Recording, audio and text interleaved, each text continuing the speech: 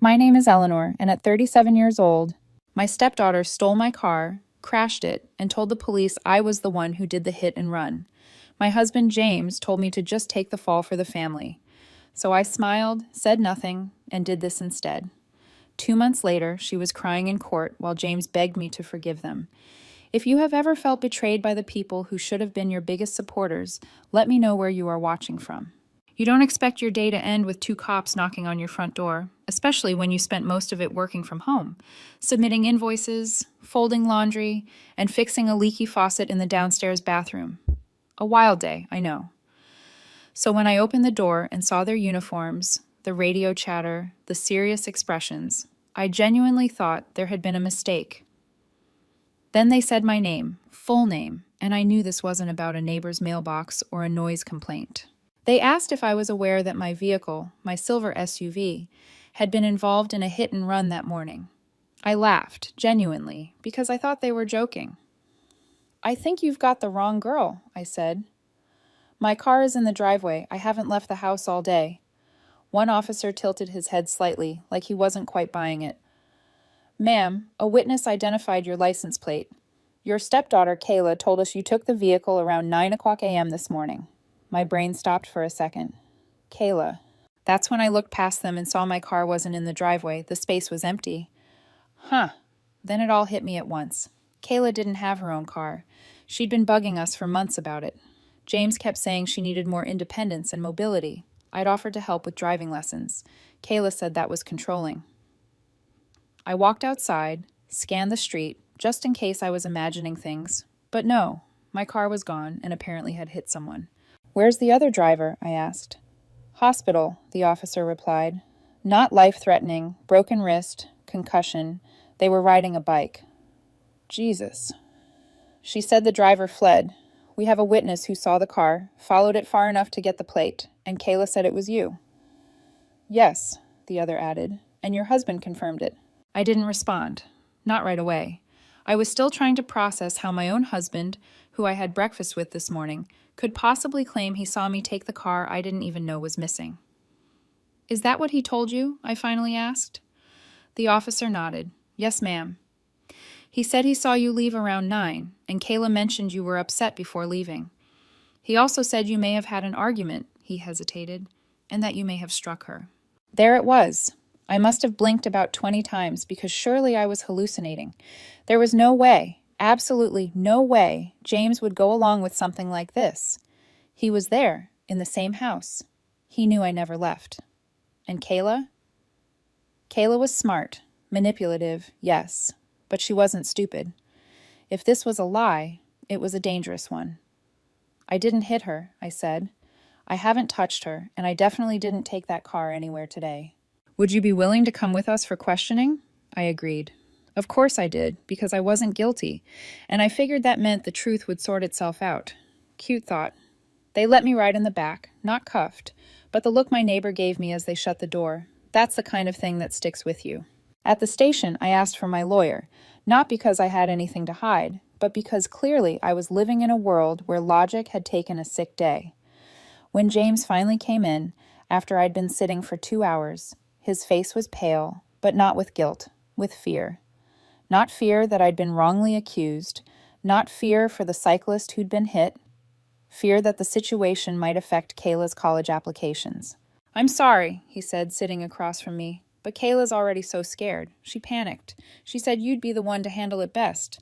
"She said what?" I asked, almost laughing. "She said you'd know how to fix it, that you'd take care of it for the family." I stared at him. "You know I didn't take the car. You were with me all morning." He swallowed. "Yes, but it's different now. There's a police report, and the bruise." That stopped me cold. "What bruise?" "She has a bruise on her arm from the crash," James said. "She told them you grabbed her during an argument and stormed out after hitting her." "So let me get this straight," I said slowly. "Your daughter steals my car, crashes it, flees the scene, and then tells the police I was the one driving. And you, my husband, who could be my alibi, chose to back her story up and imply that I'm violent." James flinched. "It's just until we figure it out." "There's nothing to figure out," I said. "She lied and you lied with her." She's scared. She made a mistake. I looked him dead in the eye. So did you. He reached for my hand across the table. Please, just take the blame for now. We'll fix it later. I pulled my hand away, slowly, calmly. That's when I stopped talking. I smiled, just a little, because the thing about being betrayed is that it clarifies things. It tells you who's in your corner and who's willing to burn you alive for someone else's mistake. They wanted me to take the fall, sure, but not in the way they expected. It's funny.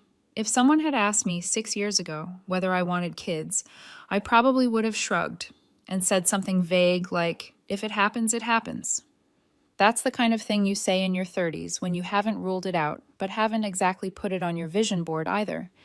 Then I met James. He was smart, confident, funny, in this dry, slightly ruthless way. He also had a 13-year-old daughter named Kayla, who looked through me like I was a substitute teacher who didn't know how to work the projector. On our second date, James told me he wasn't looking for a mother for his kid, just a partner who could handle things without getting weird. I laughed. I'm great at not getting weird, I said, which in hindsight is one of the weirdest things a person could say. But somehow we worked. 6 months later, I was helping Kayla with algebra homework while James fell asleep on the couch mid-documentary. I made pancakes on weekends, drove Kayla to volleyball practice, learned what a TikTok dance was, briefly regretted it, and slowly started to carve out a place in their life. I never expected her to call me Mom. I wasn't trying to replace anyone. Her biological mother was still around in that way. Distant satellites are technically present, just not in any way that helps your GPS function. But I showed up every day. I paid for braces, school clothes, the phone she shattered twice in one semester. When she turned 16 and started hinting at driving lessons, I offered to teach her. She rolled her eyes and said, "That's what actual parents do," and walked away. I told myself it didn't sting. It did, a little. Still, I kept showing up. James always said Kayla would come around eventually. She's just got a strong personality, he'd say, like it was a compliment. She pushes boundaries because she's smart. Which, I guess, is one way to rebrand spoiled and manipulative. But hey, I was in it for the long haul. Families aren't built in a day. I figured if I just stayed consistent, supportive, steady, unflinching, eventually I'd earn her trust. Spoiler alert, I did not. If anything, the older she got, the more she learned how to leverage her dad like a human shield. If Kayla missed curfew, it was because I had weird rules. If her grades dropped, it was because I stressed her out by asking about homework. If I ever dared to say no, she'd sigh dramatically and say I was controlling. James always smoothed things over, always told me not to escalate. He had this talent for redirecting any conversation away from accountability. If Kayla yelled, it was passion. If she lied, it was fear. If she threw a hairbrush at the wall during an argument, true story, it was just hormones. At first, I rationalized it. Teenage girls are hard. Blended families are hard. Maybe I just needed to be more patient, so I tried. I showed up for every parent-teacher conference, paid for SAT tutoring, helped her apply to college, bought a used car in my name that I planned to transfer to her once she had her license and insurance. That car, the one she crashed into someone and blamed on me. Yeah, that one. James kept saying things would change once Kayla matured. They all grow out of it eventually, he said. Just give her space. And I did. I gave her space. I gave her my Saturdays. I gave her my car. I gave her everything short of a direct deposit, and in return, she tried to frame me for a felony. I've spent weeks thinking about that moment. James sitting across from me, wringing his hands like he was the victim, saying, "She's scared. She made a mistake." No. A mistake is dropping your phone in the toilet. A mistake is forgetting to submit your college application before the deadline, stealing someone's car, fleeing the scene of an accident, and falsely accusing them of assault is not a mistake. It's a strategy. And James, he didn't just go along with it, he reinforced it. He filled in the gaps. When the police asked if he'd seen me leave that morning, he said yes. He looked them in the eye and said, "She was upset. I thought she just needed to blow off steam." Blow off steam. At the time he said that, I was folding towels in the laundry room and answering work emails. The most rebellious thing I'd done that morning was make coffee with 2 shots of espresso instead of 1, But none of that mattered because they had a story, and it was neat, convenient. Better to sacrifice the boring, reliable stepmom than let the golden child's future crumble under the weight of actual consequences. So yeah, I stopped being nice. Not publicly, not dramatically. I still paid the bills, still took out the trash, still sent polite texts like, "Hope your meeting went well." But behind the scenes, I got quiet, strategic. I spoke to my lawyer.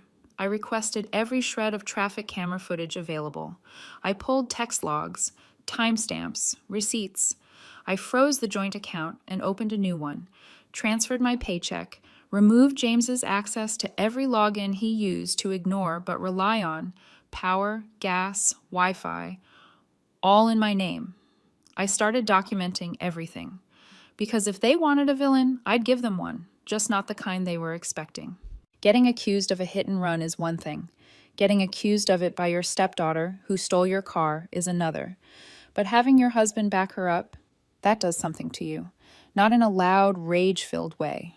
It's quieter, colder, like something inside you shuts off so you can finally stop making excuses for people who don't deserve them.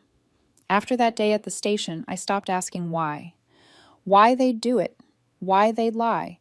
Why no one seemed to care about the one person who paid the mortgage, kept the lights on, filled the fridge, and tried, God help me, to be a good stepmom. I didn't need the answers anymore. I just needed proof. It started with the traffic cameras. Turns out, when you're accused of a crime, you're allowed to request footage. Through my lawyer, we obtained 2 glorious angles of my SUV blowing through a red light near the intersection where the cyclist was hit. And guess what? The driver wasn't me. It wasn't even hard to tell. Kayla was wearing a hoodie and sunglasses, but she was barely tall enough to see over the wheel. Her side profile was unmistakable, and better yet, she was laughing. In the footage, you could literally see her mouth open wide, mid-laugh, right before she swerved around the corner. Beautiful. But I didn't stop there. My lawyer, bless him, told me to dig deeper. It's not just about proving you didn't do it. It's about proving she knew she was lying. So I went through her social media. Kayla had locked down her Instagram stories and TikTok after the incident, but teenagers are terrible at privacy. A friend of hers had reposted clips from that same morning.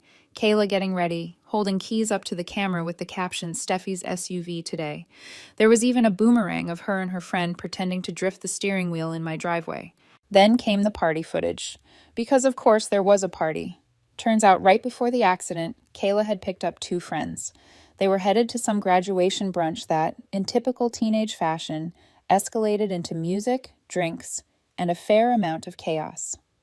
One of those friends went live for 30 seconds before the crash, just long enough to capture Kayla singing along to a song while driving, flipping the camera to show the road, and the red light she sped through. After the crash, they panicked. The friend deleted the video, but nothing is ever really deleted. Another person screen recorded it, sent it to someone, who sent it to someone else, and eventually it landed in my inbox with a subject line that just said, "Thought you should see this." Oh, I did.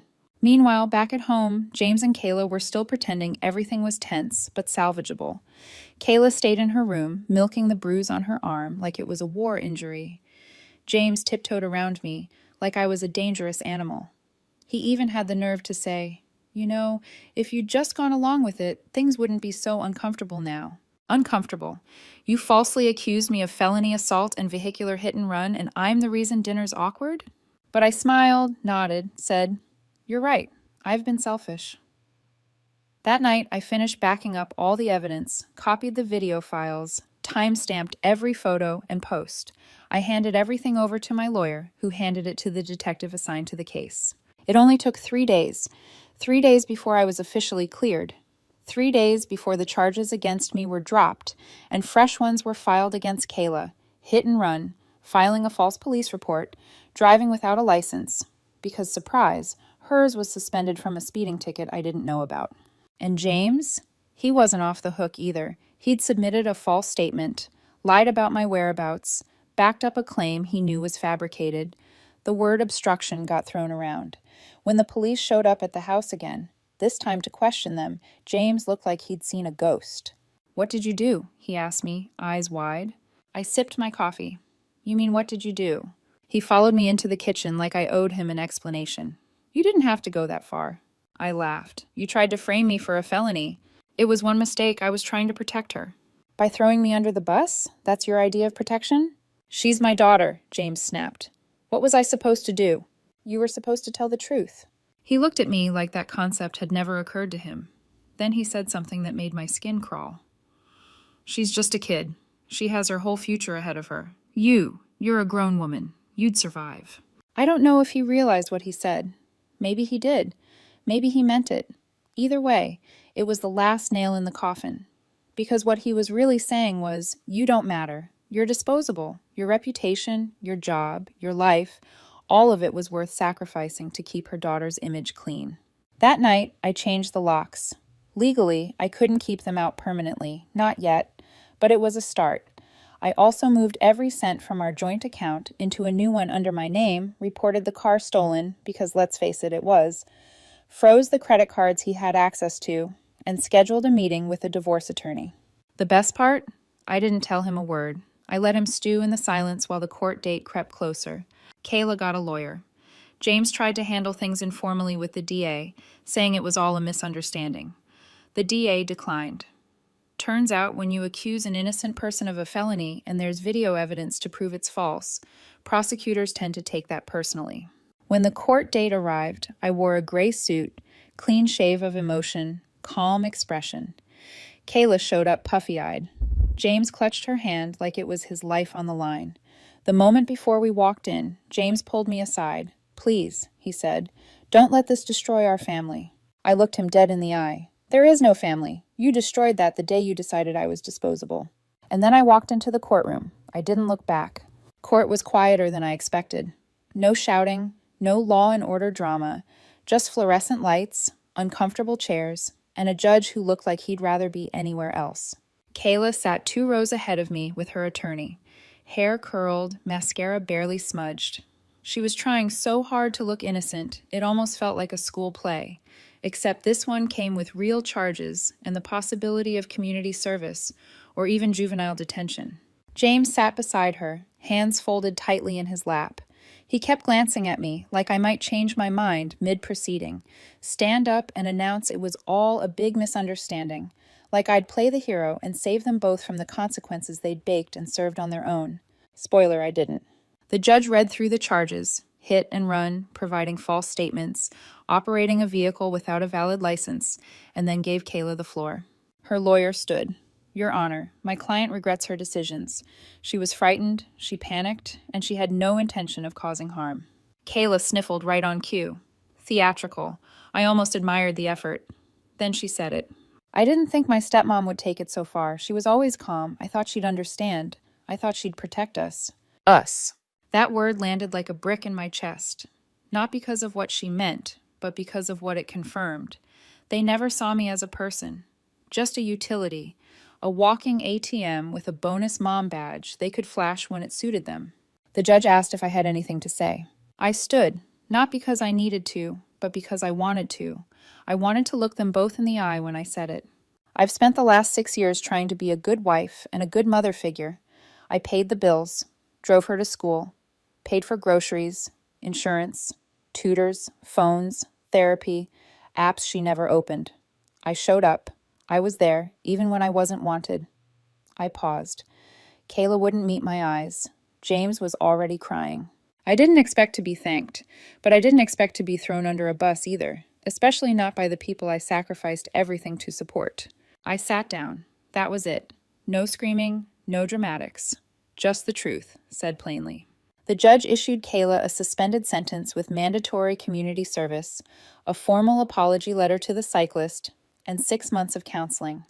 She wouldn't be getting that out-of-state university dorm she bragged about last year. James, he got a court warning. No charges, but the DA called his conduct deeply concerning, which is legal code for, "You're lucky we don't want to waste more taxpayer money on your mess." Afterward, James tried one last time to talk to me. He followed me to the parking lot. "I'm sorry," he said, voice shaking. "I didn't know what else to do." I nodded slowly. "That's the thing. You did know. You just chose Kayla over the truth." "She's my daughter," he said again, like it was a spell he hoped would fix everything. "And I was your wife." He didn't answer. I got in my car, the replacement for the one Kayla totaled, the one she was never supposed to drive, and then I drove away. For the last time.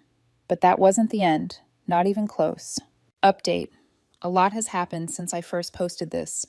Thanks to everyone who commented. Seriously, I got a ton of messages. Some people saying I handled it with class.